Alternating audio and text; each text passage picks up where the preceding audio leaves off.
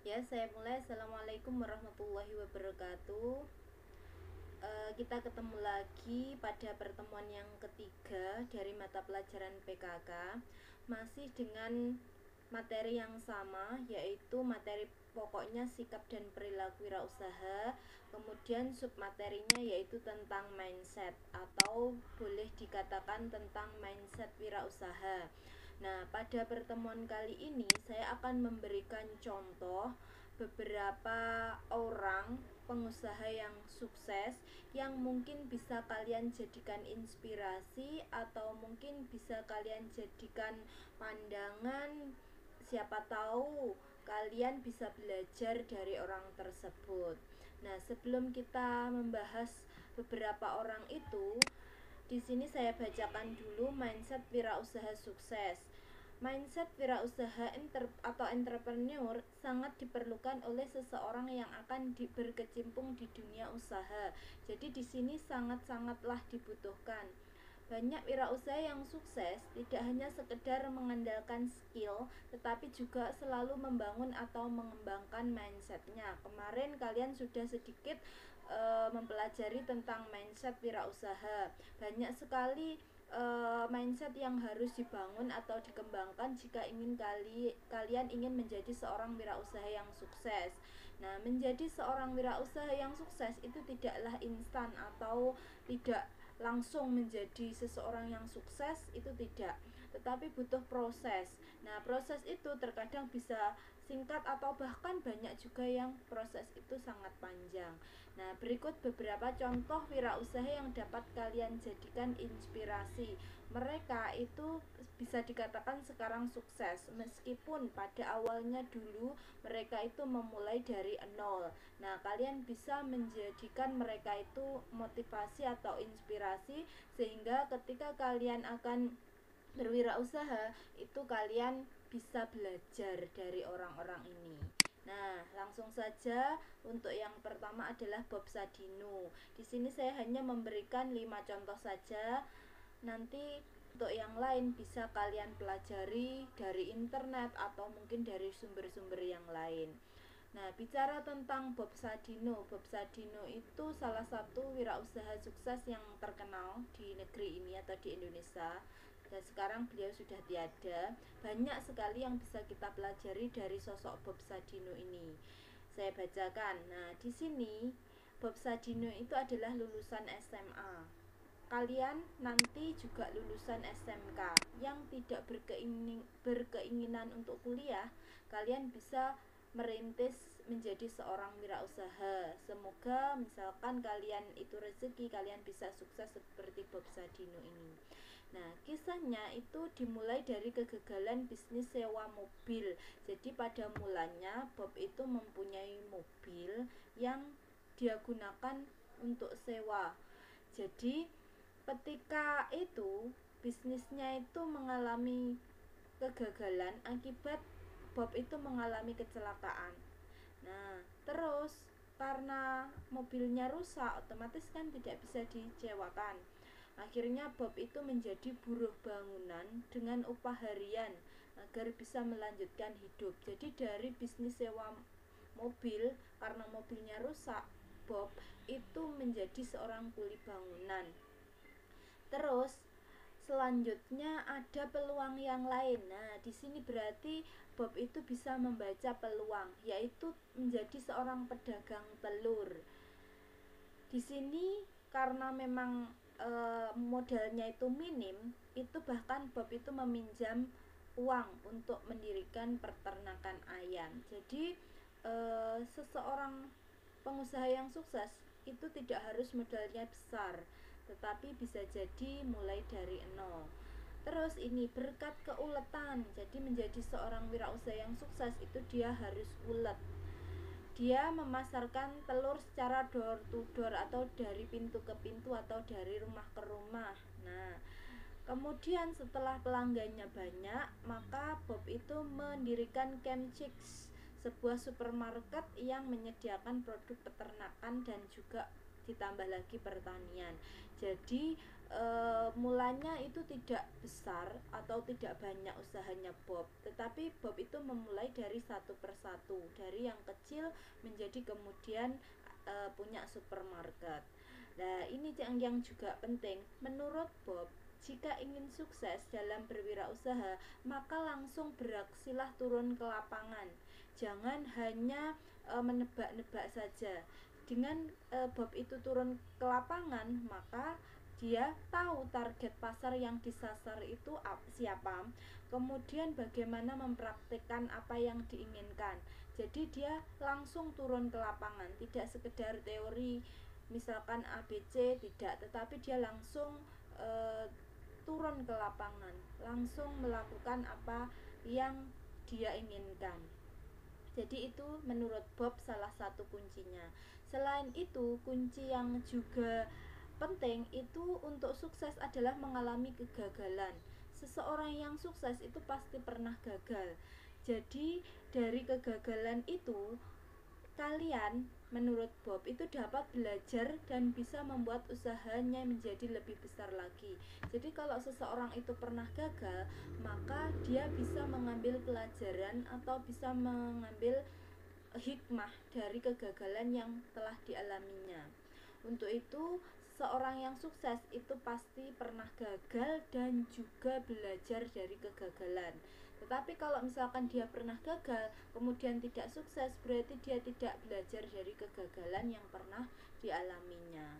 Itu adalah contoh beberapa mindset dari wirausaha yang dimiliki oleh seorang Bob Sadino. Sudah, kemudian yang selanjutnya ya. Selanjutnya ada Ibu Susi Pujiastuti. Mungkin kalian sudah sering mendengar tentang beliau ya. Beliau adalah mantan menteri dari Kelautan dan Perikanan. Nah, di sini seorang Susi itu juga bermula dari pengusaha yang sukses sebelum menjadi seorang menteri. Kemudian Ibu Susi itu tidak sampai lulus SMA, alias masih lulusan SMP dulu ketika dia dia merintis usahanya. Lah terus kemudian dia tidak langsung begitu saja merintis usahanya itu langsung besar, itu tidak, tetapi mulai dari nol, yaitu di awalnya dia berdagang pakaian atau bed cover, tapi karena beliau itu tinggal di Pangandaran. Pangandaran itu kalau misalkan kalian lihat di peta, itu di Jawa Barat, itu di pantai selatan. Jadi jauh dari kota, terutama di ibu kota yaitu di Bandung atau mungkin di Banten, Serang itu juga jauh, apalagi di Jakarta. Nah, terus kemudian yang ada di Pangandaran itu kan laut, pantai, maka tentu saja potensinya itu adalah ikan. Nah, dari sini Susi itu melihat peluang bisnis. Nah, sama dengan Bob tadi, yaitu kuncinya itu mampu memanfaatkan atau membaca peluang yang ada di daerahnya. Di sini Susi beralih ke usaha perikanan.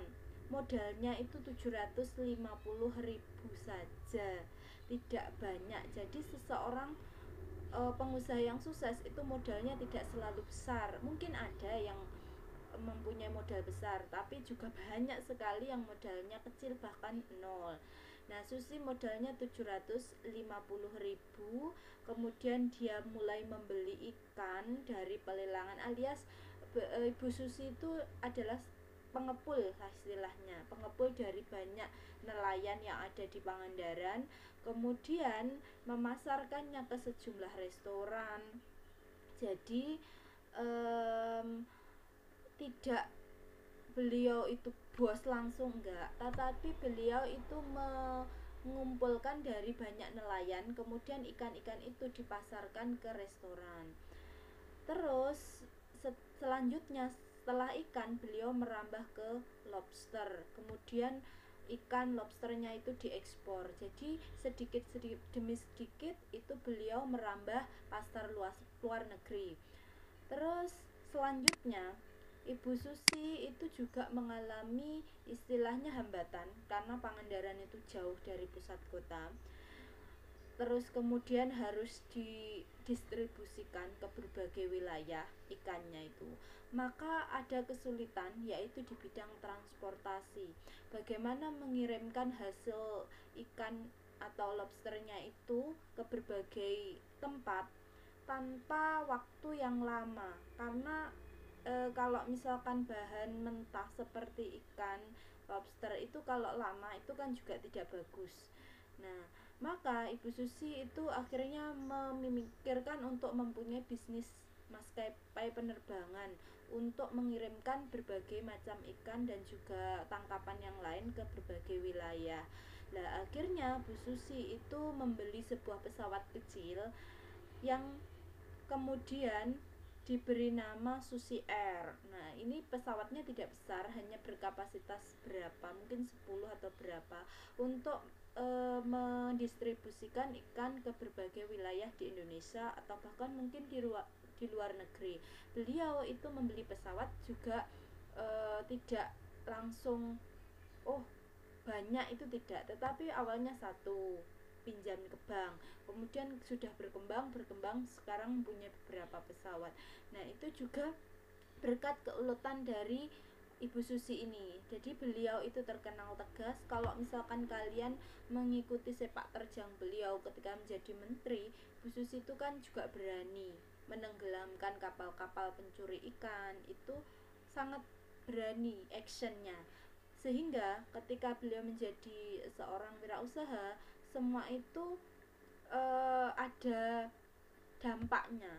Jadi beliau mulai dari nol, kemudian menjadi seorang wirausaha yang berani, tegas, sampai usahanya itu besar dan sekarang termasuk pengusaha yang sukses di bidang ekspor ikan maupun lobster. Mungkin kalian bisa belajar dari seorang Ibu Susi. Sudah.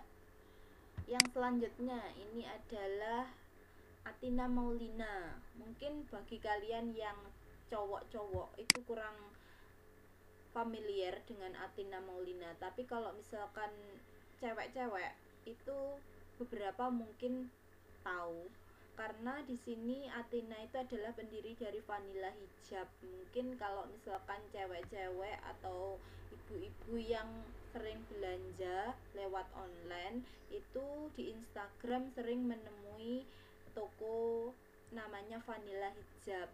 Nah, itu didirikan oleh seorang Athina Maulina. Nah, Athina itu juga tidak memulai usahanya dengan modal yang besar, tidak, tetapi bahkan cenderung modalnya itu nol. Kenapa? Karena Athina itu hanya bermodal smartphone dan internet saja. Mungkin dia hanya untuk kuota itu pun kan karena digunakan untuk keperluan yang lain, karena misalkan WA atau mungkin eh, keperluan yang lain. Nah, di sini Athina itu sistemnya pre-order, jadi tidak mengeluarkan biaya untuk modal. Pre-order itu Athina itu mendatangi toko atau mungkin ngambil foto di toko tersebut, kemudian dia memajangnya atau menguploadnya di Instagramnya. Setelah ada orang yang tertarik, baru Athina itu beli atau memproduksi barang yang dipesan oleh pelanggannya. Jadi istilahnya Athina itu memajang foto saja, jadi belum ada barangnya sebenarnya. Kemudian ketika ditanyakan misalkan oleh pembeli yang tertarik, baru Athina itu membeli ke toko atau memproduksi barang yang dipesan oleh pembeli tersebut. Nah, jadi dari ini bisa dikatakan itu ndak pakai uang, kata Athina. Tunggu orangnya dulu bayar, baru Athina itu membuat barangnya. Jadi Athina itu juga salah satu pengusaha yang kreatif juga.